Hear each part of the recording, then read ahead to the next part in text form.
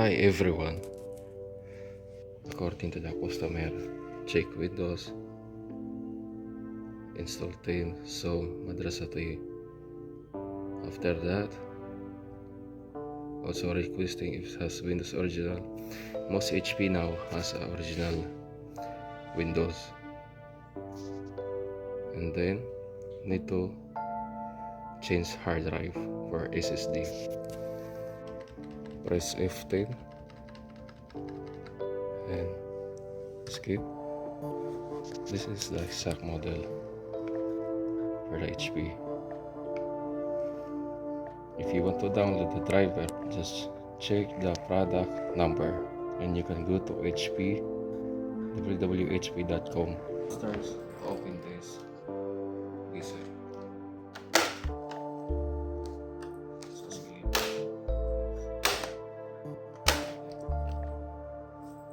After that,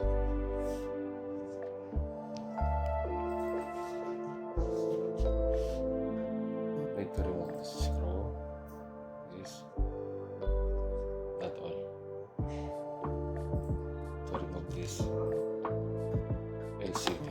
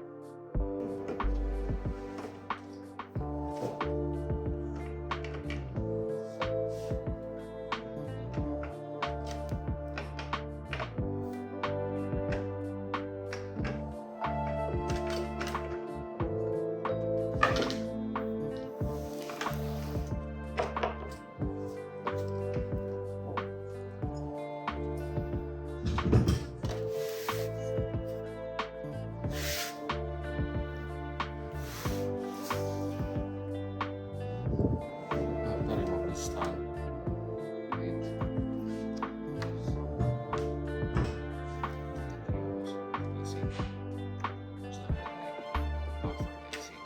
start to open here.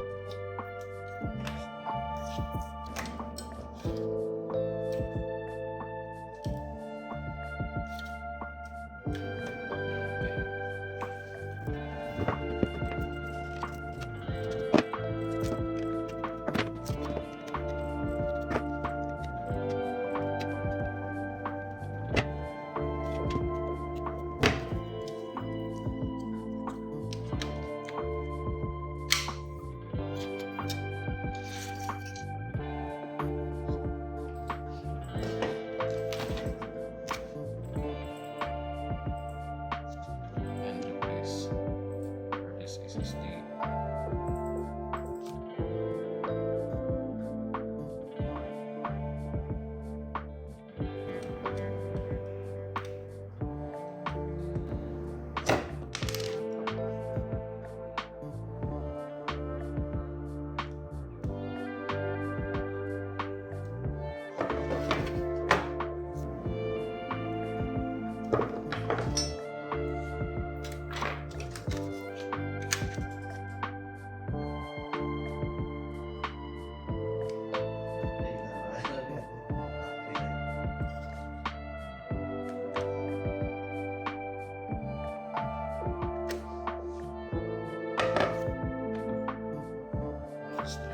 Only those chronic, but it's very different inside this one.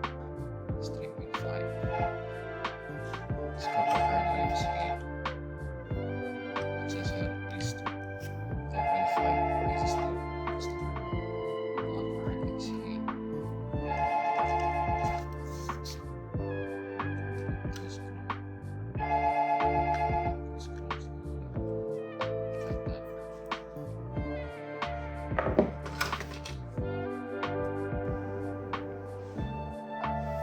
Just state side on this unit here for paper slot, pistol slot,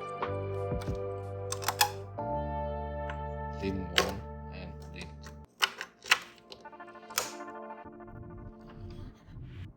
2. Microphone, thin 3 for hard drive and optical. So this is the inside for this unit.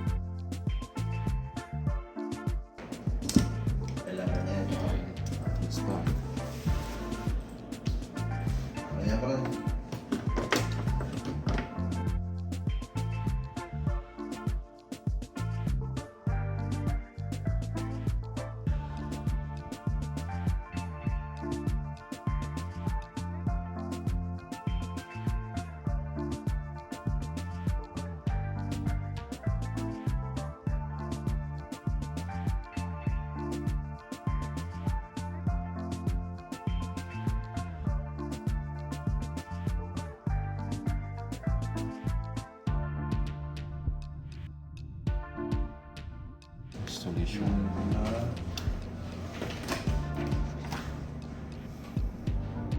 It's right here. Windows Arabic.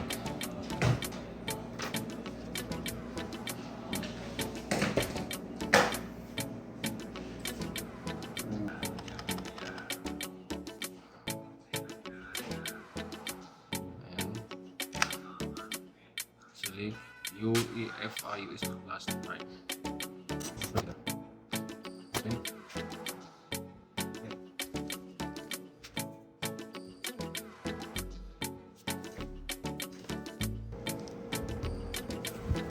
This is Arabic. Next. This one.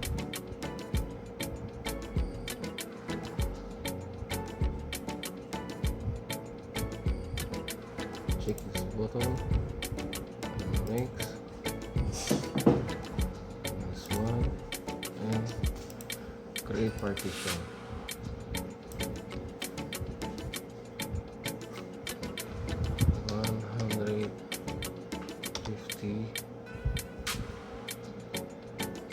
GB. Next.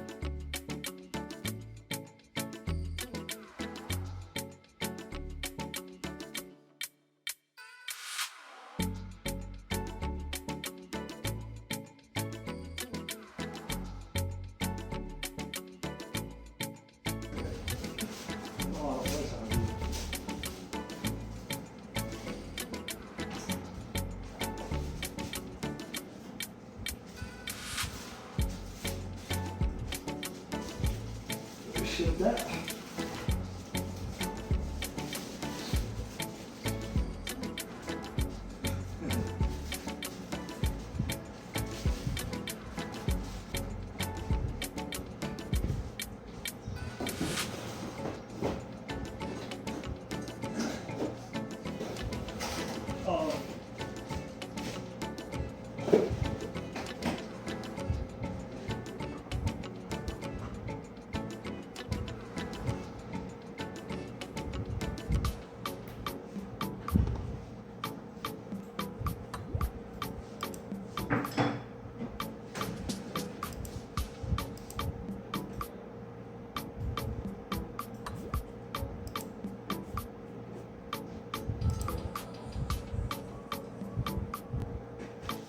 As you can see here, the name for customer is Arabic.